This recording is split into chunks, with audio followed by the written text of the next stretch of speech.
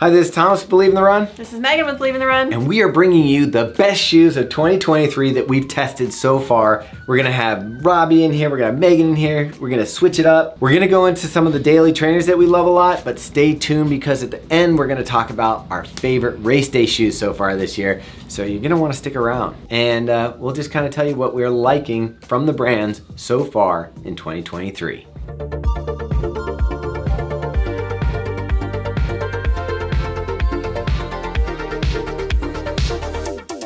Our first pick is kind of a classic here. We're going with the Hoka Clifton 9. This shoe used to be what we thought of max cushion. Like, now I look at it and I'm like, this is just standard daily trainer stack. Yeah, you've got 32 millimeters in the heel, 27 in the forefoot for a 5 millimeter drop. So it does have plenty of cushioning, but like you're saying, not that massive stack, like over 40 millimeters like we're seeing with these max cushion shoes today. Yeah, where this shoe used to feel like the plushest thing on the market, now it just feels like a nice daily trainer. There's certainly choices for you if you really want that deep cush feel, but this one really does a nice job of giving your foot comfort, daily miles, in sort of a lightweight package. Yeah, so it's a really comfortable upper. You've got plenty of padding in the collar and heel here. It feels like that very nice daily trainer. The EVA has been updated in this version, which I feel like really made this one stand out. I just felt like it finally has that responsive, bouncy feel that kind of was lacking in the previous versions. I agree with you. It kind of got dead in the foam over the last few, and this one, there's a little more bounce, a little more of that rubber ball feel under your heel. Yep, so this one comes in at $145 and it's pretty great. All right, Meg, what's this banana we got here? So the next one we have here is another daily trainer. This is the Saucony Triumph 21. Now, how much has changed between the 20 and the 21? So not a lot, but what's weird about that too is I enjoyed the miles in this one and I really didn't like the previous version for whatever reason. Maybe it was where I was in the training cycle, probably training for a marathon. Not much has changed in the midsole here. You've got a new upper basically. Just to remind people, what are we stacking up here in this midsole? You have, well, it's all Power Run Plus. It is 37 millimeters in the heel, 27 millimeters in the forefoot for a 10 millimeter drop. So is Power Run Plus the same thing that's in the Endorphin Speed that just has a plate? So this is like an unplated Speed? Pretty much, yeah. So it's a fairly bouncy foam. I do find it to be a little bit more dense than some other daily trainers, but I did enjoy it out on the road. That's great. This was a popular one with runners last year. Feel like the minor update to the upper is gonna make people happy. So if you liked it last year, you're gonna like it this year. And maybe you wanna scoop up last year's models if you dig this shoe. Yeah, and this one comes in at 160 bucks. Our next pick here is the New Balance SC Trainer V2. And let's get a little weird here because last year, the SC Trainer was kind of like a shocker. It became one of our favorite shoes, but it was also one of the most unique shoes. It had an entirely different type of ride. There wasn't another shoe that I can really compare to the SC Trainer. Now, the good news is that they dialed in some of that and brought it and made it a little more stable. The bad news is it's kind of missing a little bit of that funky personality. It's like your aunt that used to go to the flea market, clean herself up, and now is wearing like business casual. Essentially, that's what happened here. You have a slimmed down version of the original, so it's lighter, the foam is a little less dense. It's a new foam. It is a new formulation of the fuel cell, so it's less dense, it's lighter, but you still get a nice bounce from it. The carbon plate is still intact, so you get that real nice pop. You have a brand new upper here, so I'm a big fan of that. The last iteration was that Sock-Lite fit, and it cut up my ankles, not a big fan. If your ankles didn't get cut up, I really did like the last year's upper. I thought it just had a nice feel to it, almost like a sock-like fit. I really enjoyed it. I like this one. But again, I think I like the SC Trainer's first upper if it didn't give you problems around the ankle. I know that you weren't the only one. It also tore up some other people's ankles. This one's not gonna do this. This new collar is feeling pretty traditional. But when we get down to the midsole, Meg, we were a little worried with the lower stack that it wouldn't have that magic. And it does and it doesn't. Can you describe it? It's a lot more stable than the previous version, which I think a lot of people will be happy with. I think putting on the original SC Trainer took a little getting used to. It was kind of like on stilts a little bit, whereas this one gives you that more daily trainer stable ride, but it still has that nice bounce. So I think this will be a great option for everyone. Yeah, one of the things they did to stabilize it was they brought this canyon in a little bit, and then the actual thing isn't like a straight shot down. It kind of curves out a little bit, giving you some medial stability, which is really nice. One thing that I was surprised about with this shoe was you actually get a lot of feel off the toe, even with this much stack and a plate. This is more like feedback of where your foot is and how it's interacting with the ground. In the previous model, I felt like it was just nice cush without so much feedback. Something about the way that this comes through and toes off lets you know where you are in the world. So this one's closer to 40. I don't have the specs. They haven't sent us a spec sheet yet, but our understanding is this is 40 millimeters in the heel, 34 in the forefoot for a 6 millimeter drop. So it did change drop a bit from 8 millimeters to 6. It got lighter, and price point is the same, so you can get this for 180 bucks. All right, so Megan, you love cush. I do. Like, I don't know if there's anybody on the team that gets excited to see a fat stack shoe more than you. Probably not. Like when we go to the running event and they're showing us everything for the next year, you like gravitate towards the fat boy wall. You stick away from anything that looks narrow or thin. Don't reduce it, just increase it. You gotta come up with a rhyme, like don't reduce it, you know, make a moose. Anyway, our next pick here is the Asics Gel Nimbus 25. And why am I talking about cush? Because this has got a lot of it. This has over 40 millimeters of stack, so not street legal, how I like them. And this... You're like Fast and Furious. It's just a plush ride. This one is that great recovery day. It's good for, you know, everyday easy miles. It's just that really comfortable plush shoe. Like if you wanted someone to get into running that was starting off and you gave them this shoe, they're gonna be like, oh, I don't hate running. It actually feels really nice. Yeah. And they're probably gonna wear it for casual wear as well. It is cushy, it is soft. It does still have bounce though. It's not totally dead with the cush, which is, I think, its redeeming quality. If you're used to seeing the Asics Gel Nimbus, where is it? You're used to seeing the gel on the side here, which never looked good. Luckily, they've kept it, but they hid it, so it's stuck in the heel here where we don't have to see it, but we can still feel the great benefits. Makes it never look good, but there's not a more popular shoe than some of the Gel Light 3s and stuff. And no one looked great in them. Yeah, in fact, right now people are buying them for style. Whatever. This is a fun shoe, very good upper. We talk about it like a sock-like feel. Yeah. This tongue is one of the best. The best. Like it's the best tongue. The best tongue. Hold your foot in. Shoe feels soft, comfortable. This is your safety blanket. Yeah. This is your, I want to cuddle up and go to sleep running shoe. This is definitely one of our favorites this year. It'll come in at 160 bucks, and I think it's worth it. All right, Robbie, our next shoe here was kind of a surprise. It's the On Cloud Surfer. Yeah, the On Cloud Surfer was definitely a surprise for me. I felt like they were going in a good direction last year with the On Cloud Monster. Before that, it's just a period in time we like to forget about. But the On has really, I feel like, turned the corner with their running game, especially because they've kind of moved away from the speed board that they've had in all their shoes before. So, huge, yeah. Huge. The fact that they were calling this cloud tech and a bunch of cloud stuff with a speed board in it made absolutely no sense to me. But it's gone. Yeah, it's gone. And now we have a soft Helion foam comprising most of the midsole. They still are like trying to do the cloud thing. The clouds are getting smaller and smaller. Yeah, now they're like shaped differently, so they like collapse onto each other when you roll through.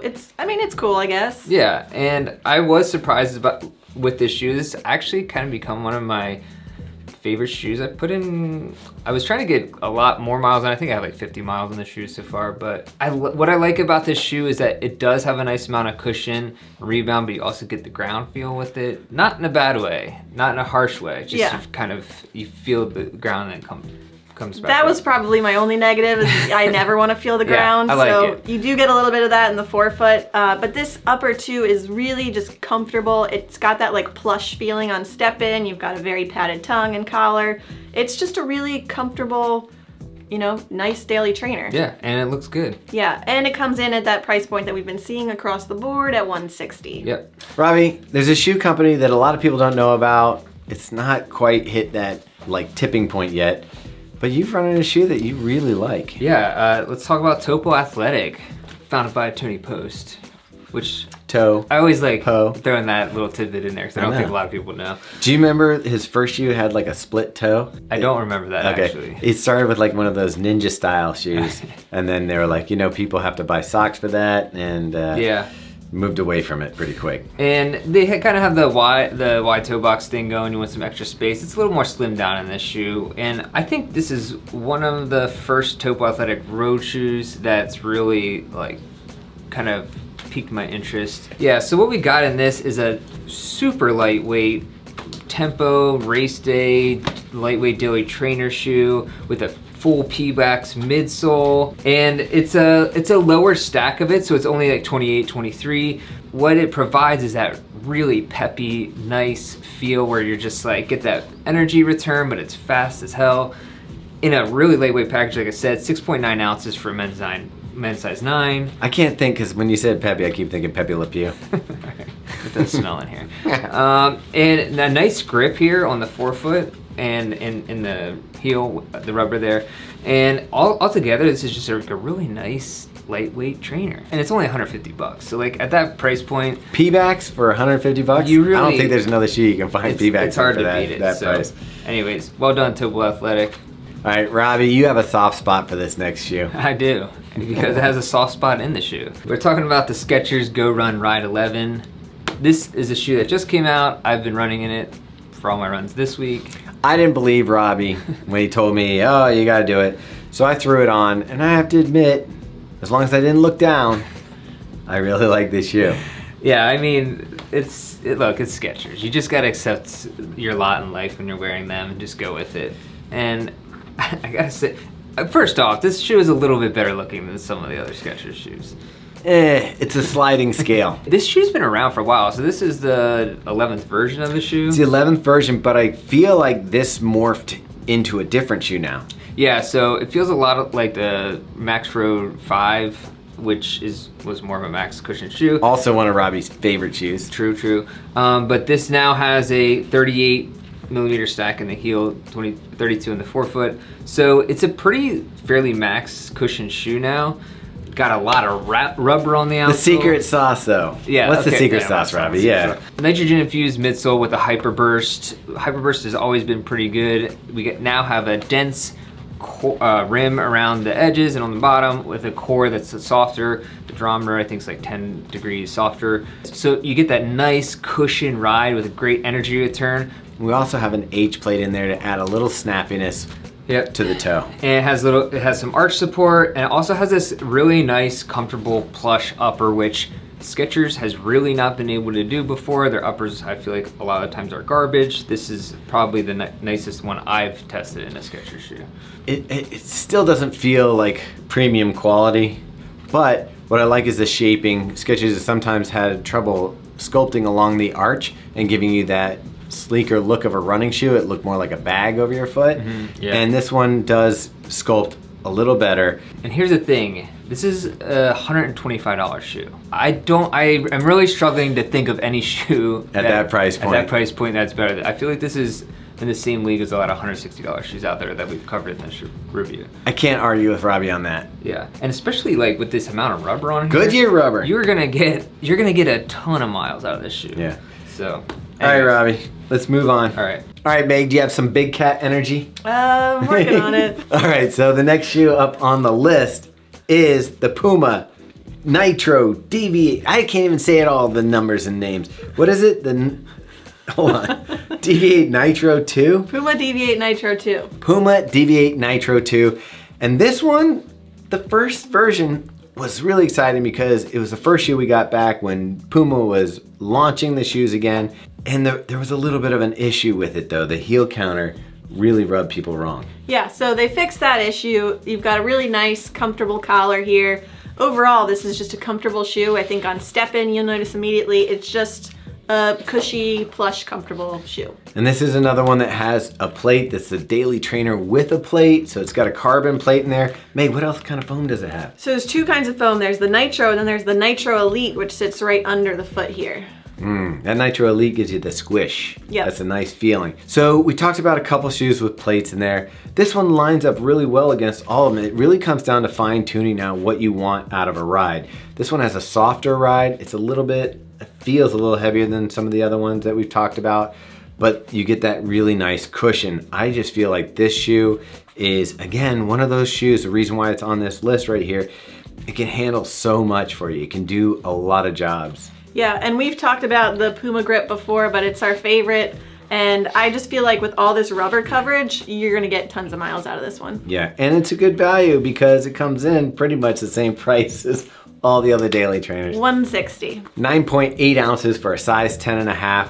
The fit is good, the cushioning is nice, the plate works well. 9.8, it's in the range of being pretty doable. And I mean, we didn't talk about aesthetics, but I love this colorway, and I think Puma nailed it with this one. All right, Meg, this one's a little bit of a shocker because it didn't have what we were looking for the last 2 iterations. No. And when we got this, we thought it looked good, but weren't expecting it to be any good. Well, they got some updates that we happen to really like. So Ooh. this is the Asics Magic Speed 3.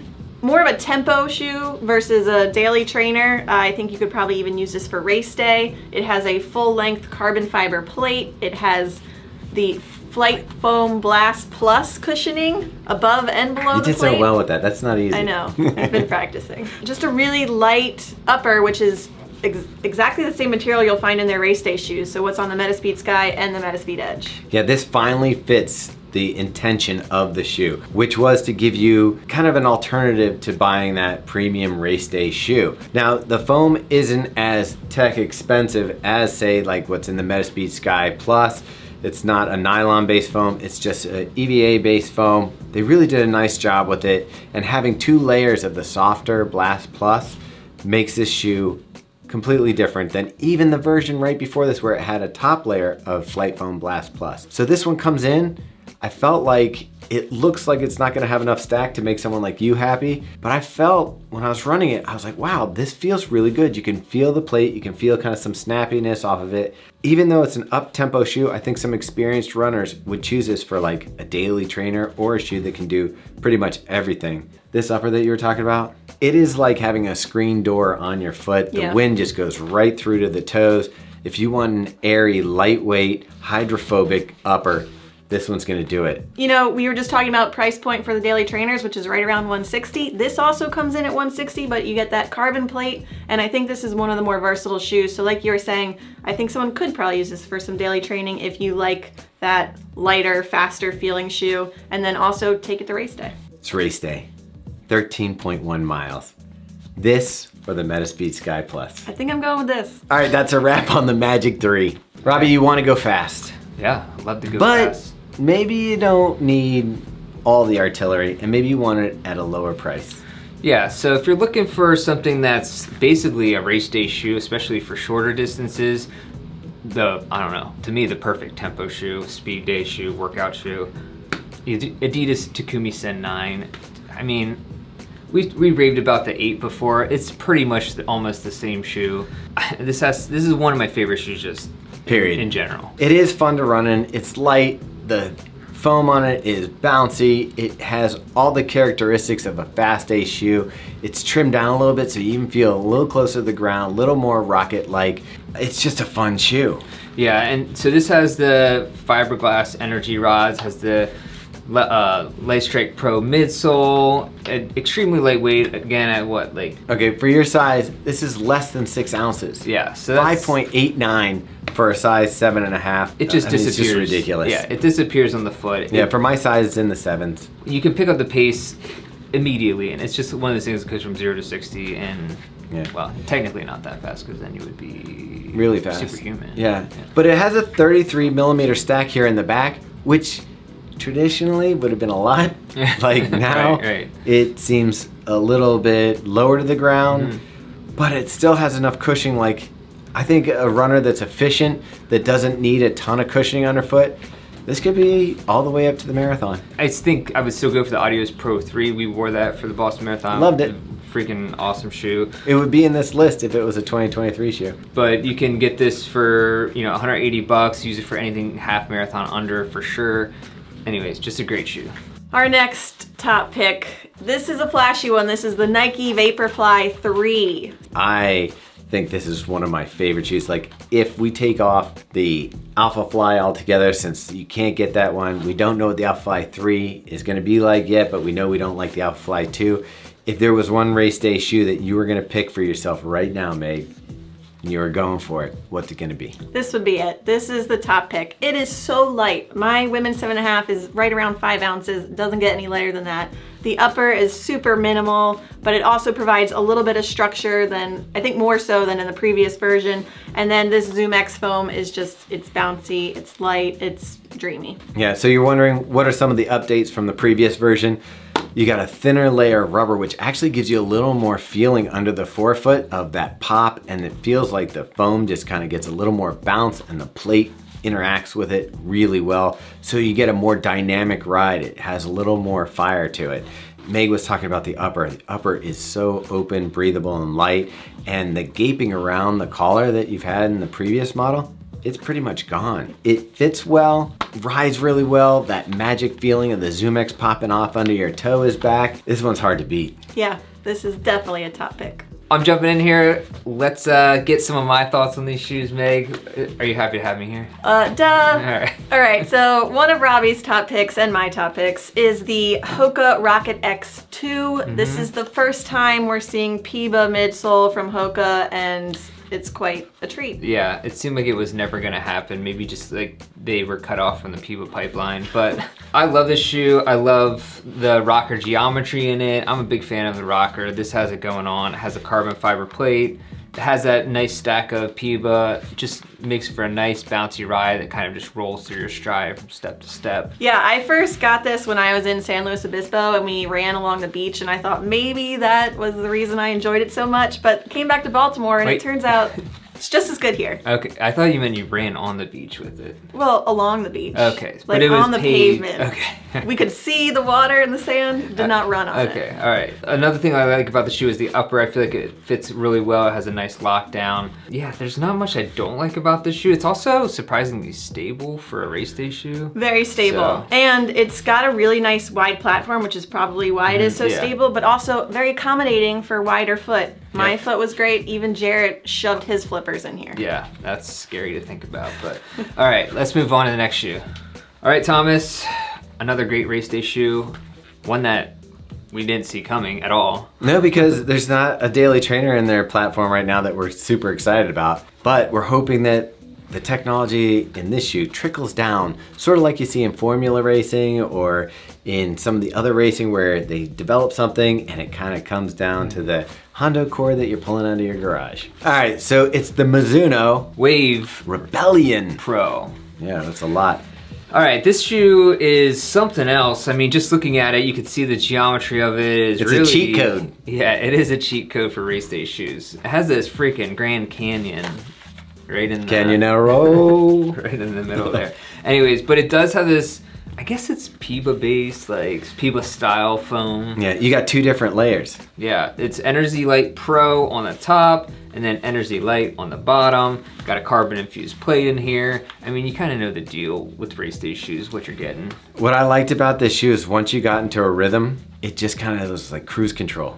Like you and I were doing a speed workout around the annex here in Baltimore. We had to hit a certain pace and we just kind of locked in, and it just kind of was like, okay, let's go. And the bounce and the feel out of this and the toe off, it's got a nice, really nice transition off the toe. There's only one drawback to the shoe for me, Robbie. The only thing we were struggling with a little bit on this was the length of the shoe or something with the Or the length. shallowness of the toe box. Sure, but we definitely got some interesting toe sensations. So it's a little short in the toe, but it feels like it fits right. So I'm thinking it's a shallow toe box that caused the problem, but I really got some sore toenails after running in this shoe, and I didn't want the shoe to be bigger because I really like the way my foot sat over this midsole. So I just think I need like almost like a convertible top or a little extension to the bumper on the toe there. Same. And it would have been perfect. Yeah, I think that was I had the same issues. Just, I'm not sure what it was, if it was length. Like you said, it seemed to fit properly everywhere else. But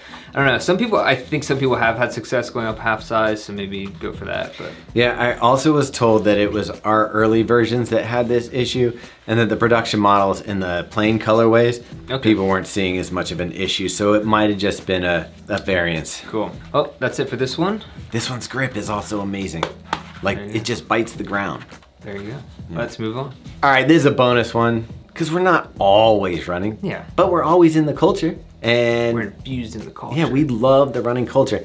So Robbie and I decided to show you maybe 2 of our favorite shoes for when we're not running that sort of fit in the running category. And matter of fact, Robbie's is an actual running shoe. Yeah. Mine was an actual running shoe, but this version of it, you could run in, but not something I'd want to. All right, what's yours? Like this, I'll run to, like, if we're in Penn Station and we got to get to the train, then I'll run. But you can run in it. I'm going with the New Balance 990 V6, which is a new version designed by our friend Seth Maxwell up in New Balance, and this is entirely made in the USA. So this new version has that classic look, a little bit updated, and it even has some fuel cell foam in it. It's not the fuel cell that you're gonna see in the performance line. I've been told that the factory here in the US can't get it to the same specs as their performance shoes. It's a little more difficult. We're not gonna beat Russia in hockey with that attitude. So this one, I just love it for casual. It kind of is that classic dad shoe look, or anything but Baltimore and the DC area.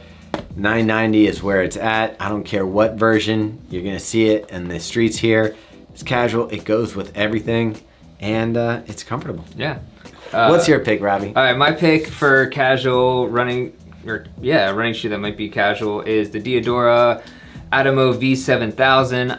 I love this shoe. I love the Mythos Volo that they had a couple years back. I wore that all summer long, destroyed it. It's like one of my most favorite shoes, just super comfortable. It looks good, everything about it I love. This one is actually a running shoe, and it's pretty nice cushioning. So while mine was made in the USA, where's yours made, Robbie? This one's made in Italy. So yeah, you get a little bit of style. that. Style Italian, capital. Exactly. What I love about this shoe, again, is the comfort, the versatility. It's actually pretty lightweight as well. Again, I love this shoe. It's a great shoe for, say, travel or just general purpose. You want to take one shoe that you can run in, walk in, everything else. It's great. So anyways, you can get this for, I think, $230. It's a little more because it's made in Italy. Yeah, I guess I didn't mention the price on this one. This one's 200 bucks. Okay, yeah. So that pretty much wraps it up for us on the daily trainers, the race day, the best shoes that we've tried so far in 2023. The list is gonna change. As a matter of fact, just doing this video made me think we gotta update the website on the front heat chart. So we have a lot of other shoes coming in that maybe could have been on this list, but you know, we're trying to get this out halfway through the year, but we still have some shoes coming like the On Cloudboom Echo 3 that we're excited about. The 1080 V13. I'm trying to think of other ones off the top of my head. Prime X2. Yeah, hopefully this year. The Strung 2.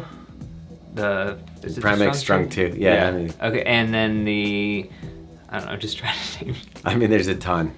There's so What's many. the other? Skechers Max Road 6. I'm excited about that one. Yeah. All right. All right. So that wraps it up. You know what to do. Like this video, share it with people, subscribe to the channel. Robbie, should they subscribe to your email? Yeah, I mean, it's not technically mine. I write it, but believe it or not, email, it's in the description. That way you can get all the reviews each week. It's the only email we send out each week. You don't have to worry about going to our website every day, even though we know you already do that. Yeah, a lot of people. Anyways, thanks for watching, and listen to our podcast. Everything's in the description. Yep. Let's Peace. go.